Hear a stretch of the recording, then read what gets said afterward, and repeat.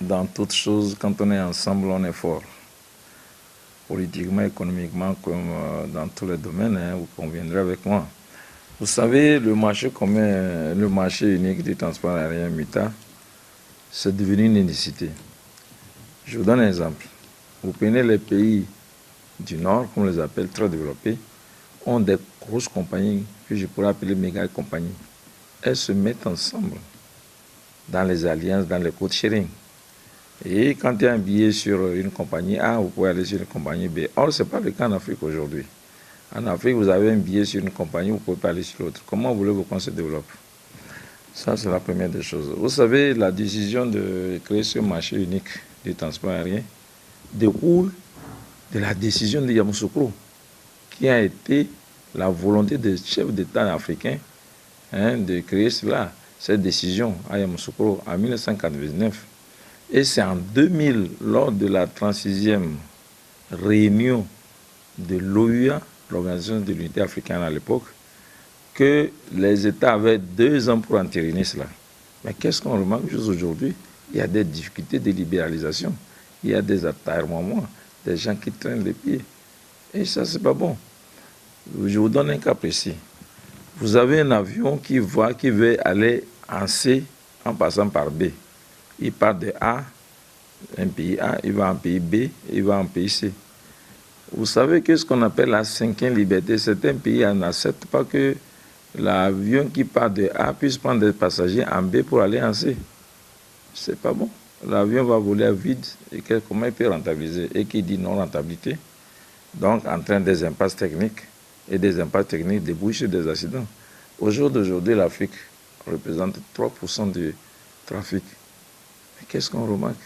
35% d'accidents, c'est trop. Ça, c'est la première des choses. Deuxièmement, les gens ne veulent pas se mettre ensemble. Il faut des coopérations sud-sud, que les compagnies se mettent ensemble. Et ces compagnies se mettent ensemble pour être fortes et pouvoir offrir de bons services. Au jour d'aujourd'hui, avec le marché unique du transport aérien, tout le monde a son compte. En commençant premièrement par les États. Les États trouvent leur compte parce que nous aurons, c'est pas moi qui le dis, c'est les experts qui l'ont dit, à avoir un PIB de 1,3 milliard de dollars. Je dis 1,3 milliard de dollars. Nous allons dégager les économies d'échelle de 500 millions. Mais pour maintenant, en ce qui concerne, et pour les emplois, on parle de 300 000 emplois directs que ça va générer. Et c'est un objectif 2063, c'est-à-dire 2020-2063, que l'UA se fixe.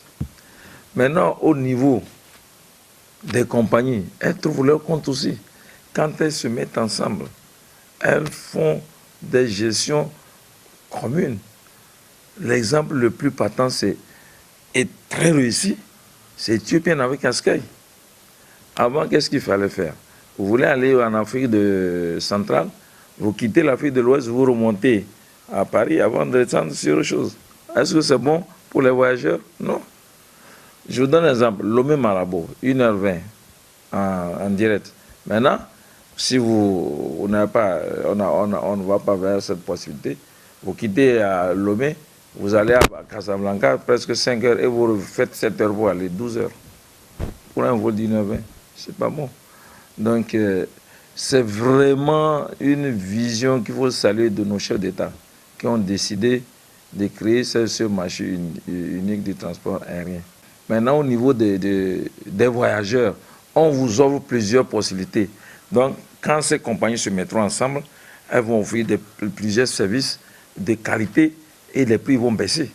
Et si les prix baissent, c'est l'attrait des voyageurs, c'est l'attrait des hommes d'affaires, c'est le bien-être pour les voyageurs.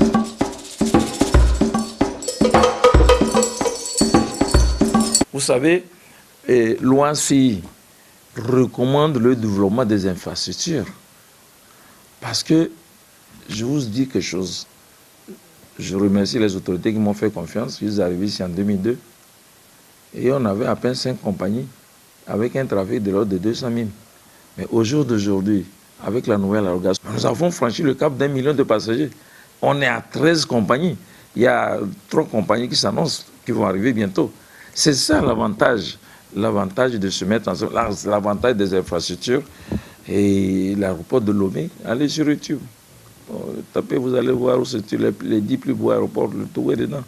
Ça a été un travail harassant. J'ai eu des instructions fermes du chef de l'État. Je suis pilote de ligne. J'ai suivi à la lettre la réalisation de cette nouvelle aérogare avec les équipements les plus modernes. Mais est-ce qu'il y a de cela 5 ans, 6 ans ou 10 ans, vous avez pensé que de Le Mans, on pouvait aller aux États-Unis? Aujourd'hui, on va le même jour. Il faut quitter le même jour, vous arrivez. Vous quittez à 13h30 Lomé et vous arrivez aux États-Unis, à New York. À 18h30, à cause du décalage horaire, après 9h40 de vol, sur un avion moderne, le Dreamliner, le Boeing 787, très moderne. C'est ça l'avantage. Et depuis que ça a été sur cet aéroport-là, on voit l'accroissement du trafic exponentiel. Des gens qui arrivent, ils sont sûrs, ils arrivent dans des installations sûres et sécurisées. Ils prennent des avions sûrs et sécurisés avec des pilotes chevronnés pour arriver au bon port. En tout cas, ici, moi je ne badine pas là-dessus. Depuis aucun pays n'a l'habitude d'un accident, mais moi j'ai fait de 0 accident mon leitmotiv. Et depuis 2002, nous n'avons jamais d'accident. Parce qu'il n'y a pas eu, c'est pas qu'il n'y a pas eu des occasions. C'est parce que nous appliquons ce qu'on appelle le CEMA, le Continuous Monitoring Approach, où on ne lésine pas. J'ai ce adage. Vous avez les avions bien révisés, les ateliers bien révisés, le personnel de maintenance bien qualifié et les pilotes bien chevronnés. Vous voulez, nous sommes contents et tout le monde se porte bien. Vous avez un avion qui n'est pas correct, il y a des ateliers de maintenance, vous restez au sol, on est content aussi. On est tout le temps content. Tu es au sol, on est content, tu voles, on est content parce que c'est 0 risque d'accident d'avion. Voilà.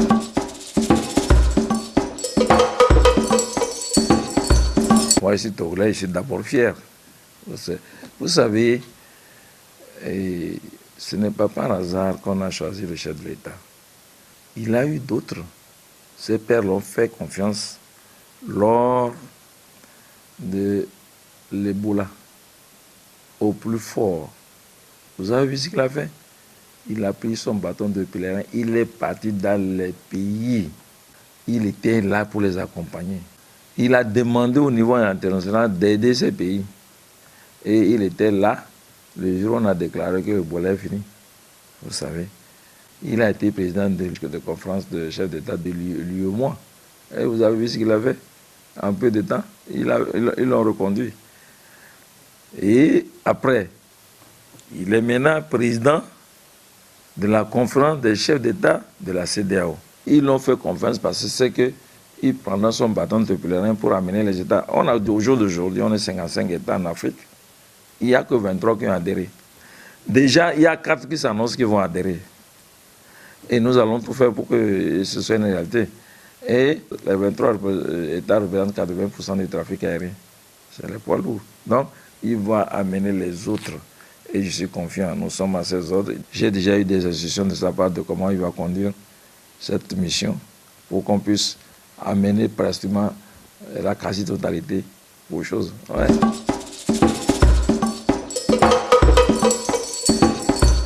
Je vais vous dire quelque chose, il faut que vous compreniez comment on est structuré. L'ANAC, c'est l'autorité régalienne qui représente l'État et qui a la mission de faire appliquer les règlements, les lois édictées par la nation, par les structures. La SAT applique ces règlements et la SECNA a une souveraineté, une partie de souveraineté que l'État a accordée pour la gestion de l'espace. Et ça, c'est un gestionnaire. Donc, qu'est-ce qui se passe? Par exemple, je veux une amélioration à l'aéroport parce que j'ai vu qu'il y a telle chose qui ne se fait pas vraiment selon les normes. Mais moi, c'est moi qui écris à la lettre en donnant un délai dans lequel il faut réaliser. Imaginez-vous que c'est moi qui suis là-bas alors. Mais ça va aller très vite. Et je connais les priorités. Depuis que je suis arrivé là-bas, j'essaie de sonder, voir qu'est-ce que j'ai commencé à faire changer. Mon objectif, c'est d'attirer le plus de compagnies, offrir un service de qualité professionnelle. Donc, je vais mettre un accent sur la formation du personnel à la salle où ce n'était pas assez chose. On va mettre un accent particulier sur la formation, offrir les conditions d'attractivité de notre nouvel regard, qui force l'administration de tout ce qui arrive. Les gens disent, mais c'est pas possible, c'est depuis quand? Il y a un ministre d'un pays qui est venu et dit, wow, wonderful, my God, this, the little Dubai. Oh, Lomé, wow.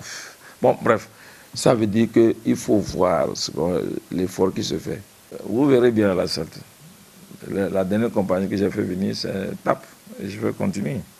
Et ça, je vous promets vous allez voir comment on va continuer.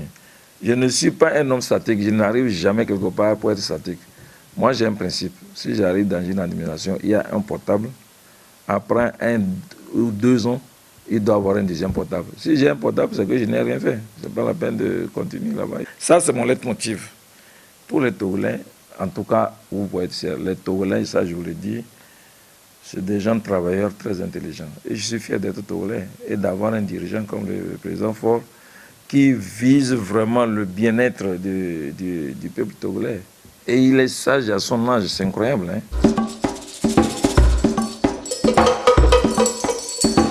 Nous travaillons dans un climat de paix, de confiance, surtout la santé et la paix.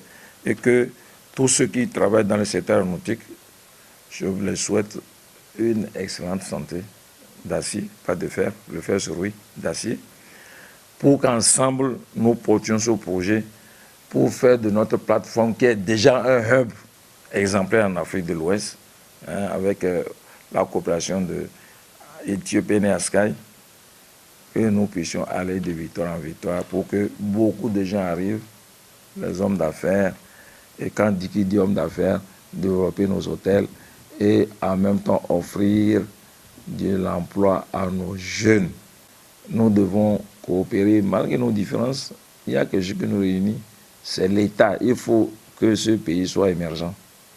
Donc, travaillons ensemble, soyons fraternels dans nos actes, et puis le Togo est sur une bonne pente. Donc, nous devons réussir. Nous sommes condamnés à réussir. Éco-Conscience TV pour des citoyens éco-responsables.